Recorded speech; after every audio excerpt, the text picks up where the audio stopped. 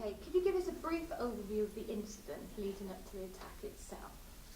Yeah, sure. We were called to alarms actuating at a social club.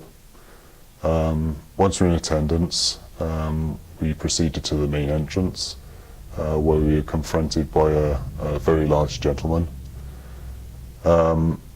Immediately, he aggressively asked us where we thought we were going, with a few expletives in there, to which I responded we were going to go and investigate the alarms that were going off.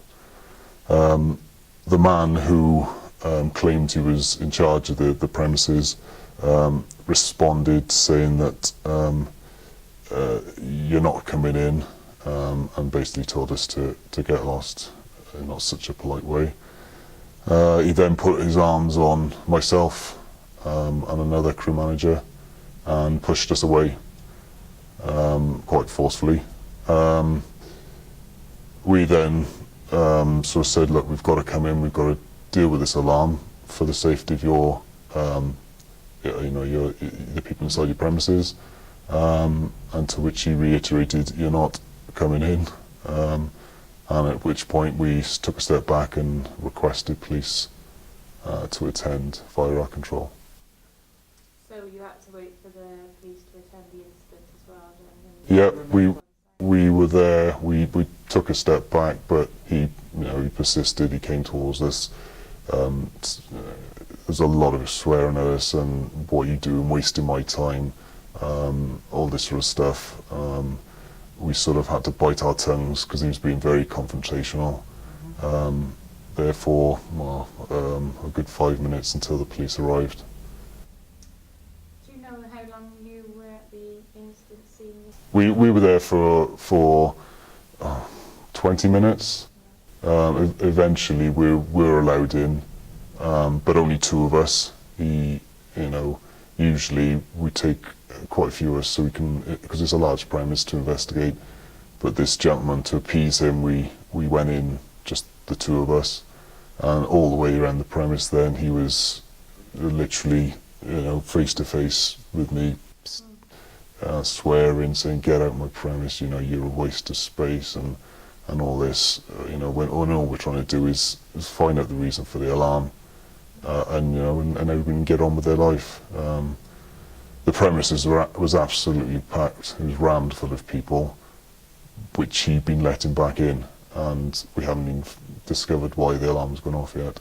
But his decision was to let them back in.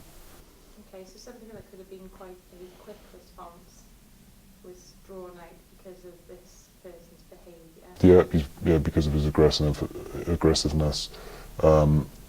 It was in the end. It was a simple smoke machine on the dance floor, which had actuated an alarm. But who knows what it could have been? And the fact that he had made us wait outside for 5-6 minutes could have been, quite a different story. And obviously, like you say, you let people back onto the premises without knowing what was happening. That's right. Yeah. And also, you had quite a large amount of resources with the police there as well. Yeah. Yeah. Well, we initially went in before the police arrived, because we quite urgently wanted to investigate the alarm. So we were inside when the police arrived, but they had their own problems with him then when they spoke to him, and he started attacking the police then, and wrestling with them on the floor. So it sort of sums up what a job that we had to put up with, but also the police.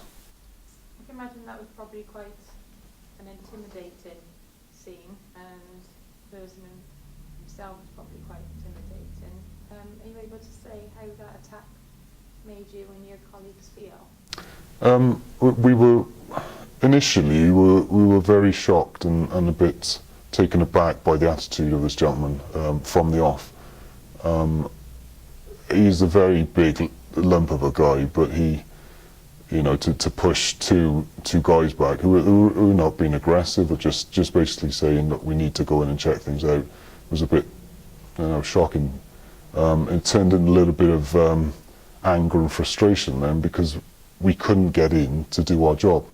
As I said earlier, it was it was nothing in the end. It was a smoke machine setting off the alarm, but it could have been something more serious.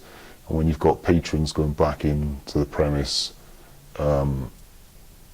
when we're not in control of the situation, because we physically can't push our way in, it's very annoying and frustrating. And I know a lot of the other guys were a bit taken aback by the fact we couldn't do our job. If there was a fire on site, then that could have put a lot of people. Definitely, a hell of a lot of people. Do you have a message for the attackers themselves? Well, yeah. What this gentleman did to us was, whilst we were doing the job, was very irresponsible and inexcusable, really. But then to physically and verbally abuse us was just totally unacceptable. The fire service, like all the emergency services, the police, the ambulance, we do a hard enough job, and trying to do this job then when people are impeding us is just, it's totally unacceptable. And like you say, it actually puts people's lives in danger if there is a real emergency at the incident. Well, that's right. I mean, we, in our nature, we are there to try and help people. That's why we do the job. And if people then are impeding us, we can't do that job, and it potentially could put people's lives in danger. What about the people that witnessed the attacks? Do you have anything to say to them?